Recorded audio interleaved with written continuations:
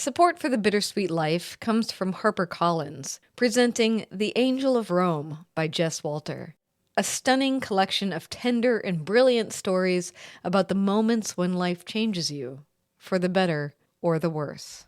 I met the Angel of Rome on a cool autumn evening in the year of my reinvention, 1993. I was what you might call a work in progress then, a shy, sheltered 21-year-old in Europe for the first time, with a once-in-a-lifetime opportunity to study Latin at the Vatican. That's Edoardo Ballerini reading from The Angel of Rome, the latest story collection by best-selling author Jess Walter.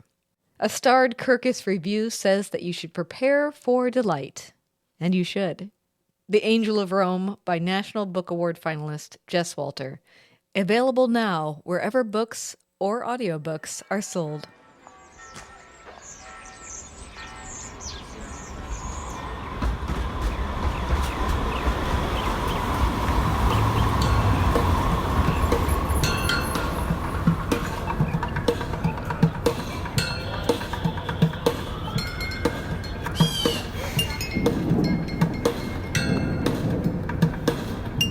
Hello, I'm Katie Sewell, and this is A Bittersweet Moment with Tiffany Parks.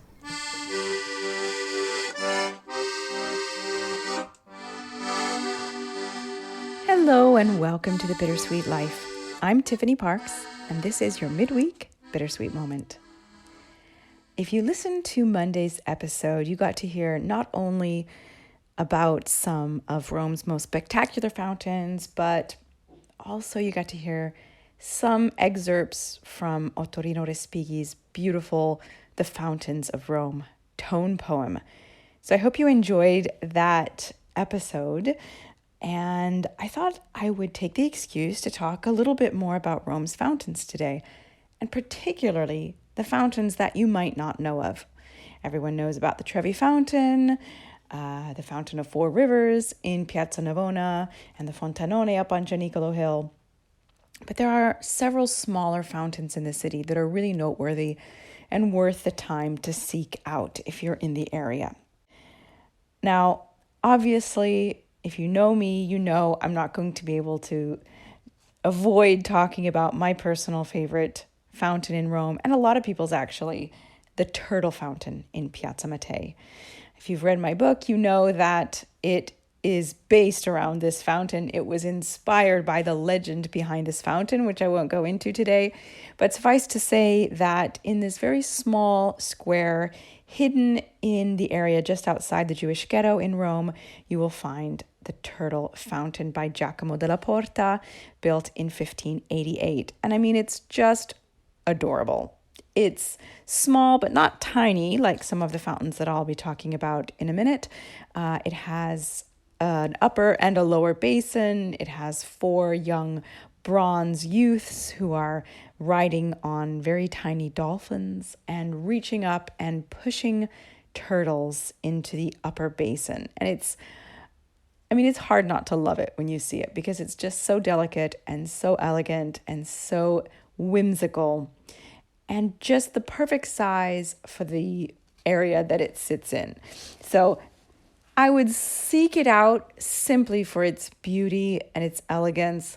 And there's a little cafe in that square where you can sit and have a cup of coffee or a snack. And it really does make for a lovely, more relaxing moment during your travels to Rome, which can be, of course, very frenetic if you're doing a lot of sightseeing.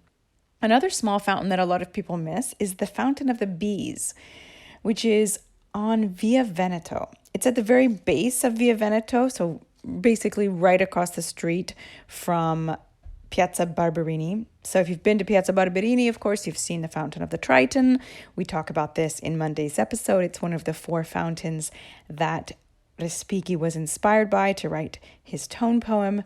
But just ever so slightly up the street at the very beginning of Via Veneto is the Fountain of the Bees. Now, this was originally designed by Gian Lorenzo Bernini. Bernini was the most important artist of Pope Urban VIII. Pope Urban VIII's family symbol was the bee, the Barberini family. And so he had commissioned a fountain decorated with bees for the same area. Piazza Barberini, of course, the sort of center of power of that Pope, named after, of course, his family name. And it's a lovely fountain with a large shell and 3 little bees that shoot water out of little spouts. Unfortunately, most of it is not original because it had to be moved. It was originally in a different place. They have what are called in Rome traveling fountains. So many fountains in the city were moved because the street that they originally were on got completely demolished.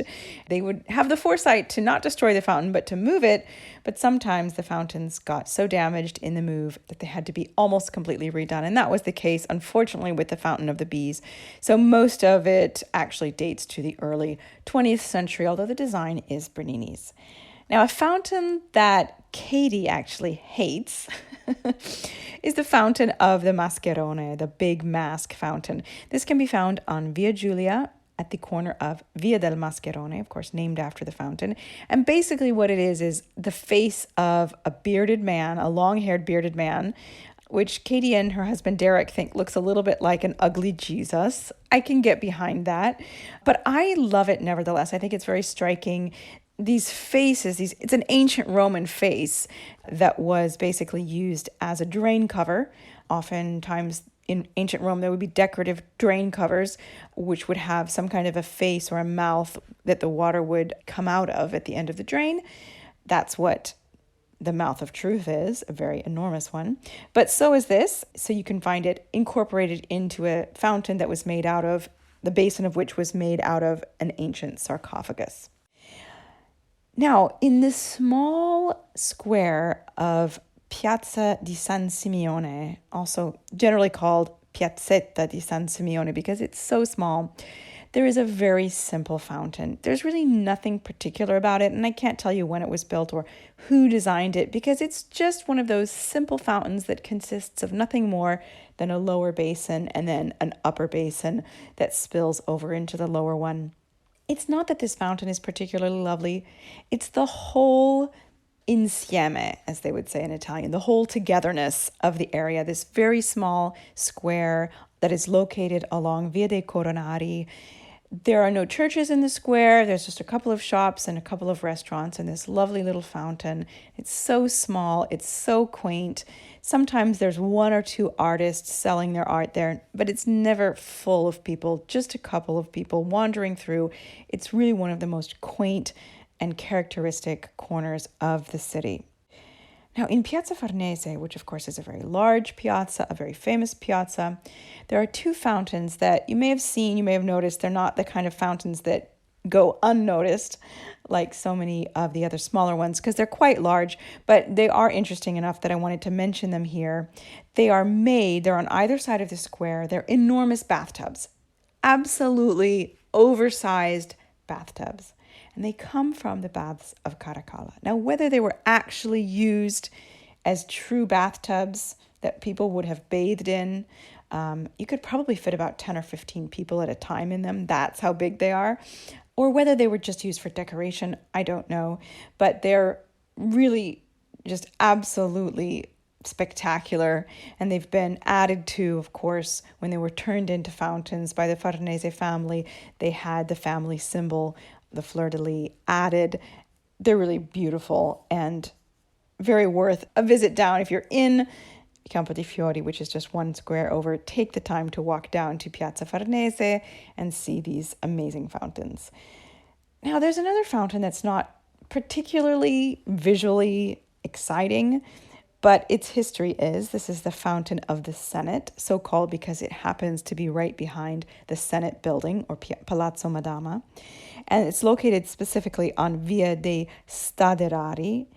And it is a just very, very wide, large, round, elevated basin, which every time I pass it with my husband, I don't know why, like I insist on telling him, and every time we pass, he's like, I know, you've told me 1,000 times. This fountain, which doesn't look particularly noteworthy, came from the Baths of Nero. Now, the Baths of Nero predate the Baths of Caracalla by at least 200 years, which I think is pretty impressive. So these date to probably around 27 AD. Next we have, and to finish up, a collection of fountains by an artist named Pietro Lombardi. These are relatively recent compared to most of the fountains in the city, and they were all built around the same time in the late 1920s. Pietro Lombardi actually won a citywide competition to design fountains to represent some of the different neighborhoods of Rome. So they all have symbols in them. I happen to love symbols, so I think these are fun. It might be a fun sort of treasure hunt. See if you can find all of these fountains. They're very spread out though, so don't try to do this in sort of one afternoon. You might need to do just one or two a day and see if you can find them all. But there are 9 in existence. There were a couple more that were sadly destroyed. And the most famous one, the first one, the one that won him the competition, is the Fountain of the Amphorae, which is in Piazza Testacio in the Testacio neighborhood. And it is basically a stack of these ancient oil receptacles, amphorae, which were basically used for the importation of oil. The Testaccio neighborhood was near the ancient port of Rome, and so a lot of these broken receptacles, once they were emptied out, and after they had been imported to the city, were basically thrown into a heap. And this heap, over centuries, eventually was sort of covered over with dirt and eventually grass, and it becomes the Monte di Testaccio, the area of Rome where, strangely enough, all of the nightclubs are now on top. But there are a few restaurants as well that have excavated underneath, and you can actually see, if you go down to the underground level of the restaurant, you can see through windows these piles of broken shards of amphorae. So the fountain recalls that. Then another one of the more famous of these fountains is the Fountain of the Arts, which is located on Via Margutta. It's really lovely. Via Margutta is a street in Rome where historically all of the most important art galleries were located. When I mean art, when I say art galleries, I don't mean museums as much as the particular personal galleries of specific artists. And there still are personal galleries there that some artists are able to maintain. But unfortunately, the street is slowly being taken over by high-end boutiques because the rent is just so high that so many art galleries just can't afford to be located there anymore. But there still are some. And the Fountain of the Arts depicts easels, buckets of paintbrushes, compasses, and theater masks. The next one is the Fontana della Botte, the Fountain of the Barrel, which is located on Via della Cisterna in Trastevere. It's an off street off of Via San Francesco a Ripa, the street where, coincidentally, both Katie and I used to live. And this fountain is basically made up of a barrel, a wine barrel, and there is water flowing into 2 carafes. So this represents Trastevere, of course, Trastevere being famous for its osteria and wine bars, even 100 years ago. Next, we have the Fountain of the Books. This is probably my favorite of Lombardi's fountains. It's located on Via dei Statedari, and it is the fountain of the Santo Eustachio neighborhood. So it has the stag head, which is the symbol of Santo Eustachio, and there is also piles of gigantic books. These, of course, represent the University La Sapienza University that is basically next door, the original location of La Sapienza. Next, we have the Fountain of the Timone, or the Rudder, so the kind of rudder or helm you would find on a ship. It's located on Via Porto di Ripagrande, which is basically the other side of the river from Testaccio, the Trastevere side. I used to pass this fountain every single day when I went to my bus stop to get to work when I still lived in Trastevere. And this is again a nod to the port that was located there, the original port of Rome, where all of the ships bringing imported goods to Rome would have stopped. Next, we have the Fontana della Pina, the Fountain of the Pine Cone, in the Pina neighborhood. It's specifically located in Piazza Venezia, but there's so much going on in Piazza Venezia that it's very easy to miss. But it's a very small fountain to be in such a large square. It's located off near the very beginning of the tram, the 8 tram, the very first stop of the 8 tram, and it depicts, of course, a pine cone. And the reason for this pine cone is because that neighborhood, the Pina neighborhood, which is called the Pina neighborhood for the same reason, is because there was an enormous ancient bronze pine cone discovered in that neighborhood, which was part of the Temple of Isis. And this pine cone now is inside of the Vatican in the courtyard of the pine cone. It's massive. It's absolutely, you have to see it to believe it. But its name was given to the neighborhood where it was first discovered. And therefore, we have a much, much smaller fountain that depicts a pine cone shape in Piazza Venezia. There's also the fountain of the papal tiaras. Now, when you think of a tiara, you're probably thinking of a beauty queen. Papal tiaras were very, very different. They were very, very tall, 3-level hats, more or less, with jewels and all sorts of things. And the popes used to wear these until around the time of Paul VI, when eventually it went out of fashion. But this is located right outside St. Peter's Square. If you're looking at the basilica and you're inside the square, you walk through the colonnades to your right, and just before walking under the arches of the Passetto, you will see the fountain of the tiaras, and it also has several keys hanging off of it. The keys as well are symbols of the Pope, as are, of course, the papal tiaras. Next, we have the Fountain of the Cannonballs. This is located not that far from the Fountain of the Tiaras. Basically, you walk down Borgo Pio all the way to the end, almost to Castel Sant'Angelo, and you'll see this huge pile of, they're not actual cannonballs, they're marble cannonballs, and a face that's shooting water. And this is representative of Castel Sant'Angelo, and the fact that, even today, if you go to Castel Sant'Angelo up on the ramparts, you can see piles of actual cannons, because this was one of the main fortresses and defenses of the city for centuries. Last but not least, the one that I've actually never seen myself is the Fountain of the Mountains, the Fontana dei Monti, which is located in the Monti neighborhood and has 3 little hills that represent the 3 hills of Monti: the Esquiline Hill, the Celian Hill, and the Viminal Hill. And it's located on Via San Vito. So if that doesn't make you want to go fountain hunting, I'm not sure what will. There are lots of little fontanelle, small fountains, also called nasoni, in Rome.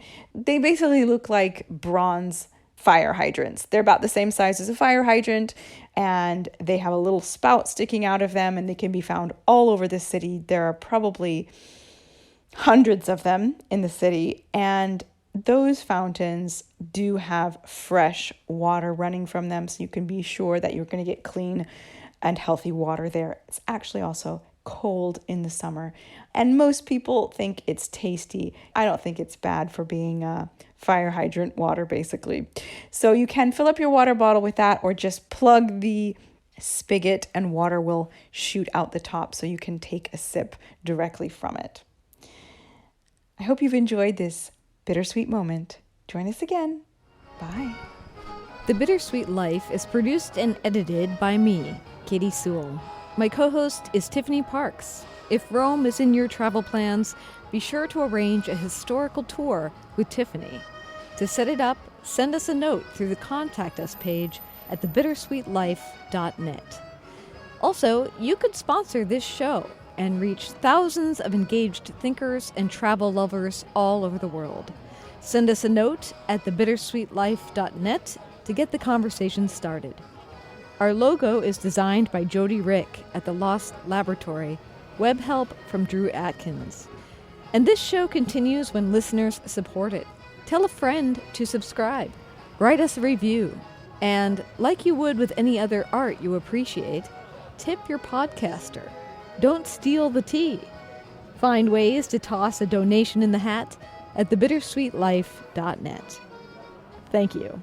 And thanks for spending the summer in Rome with us.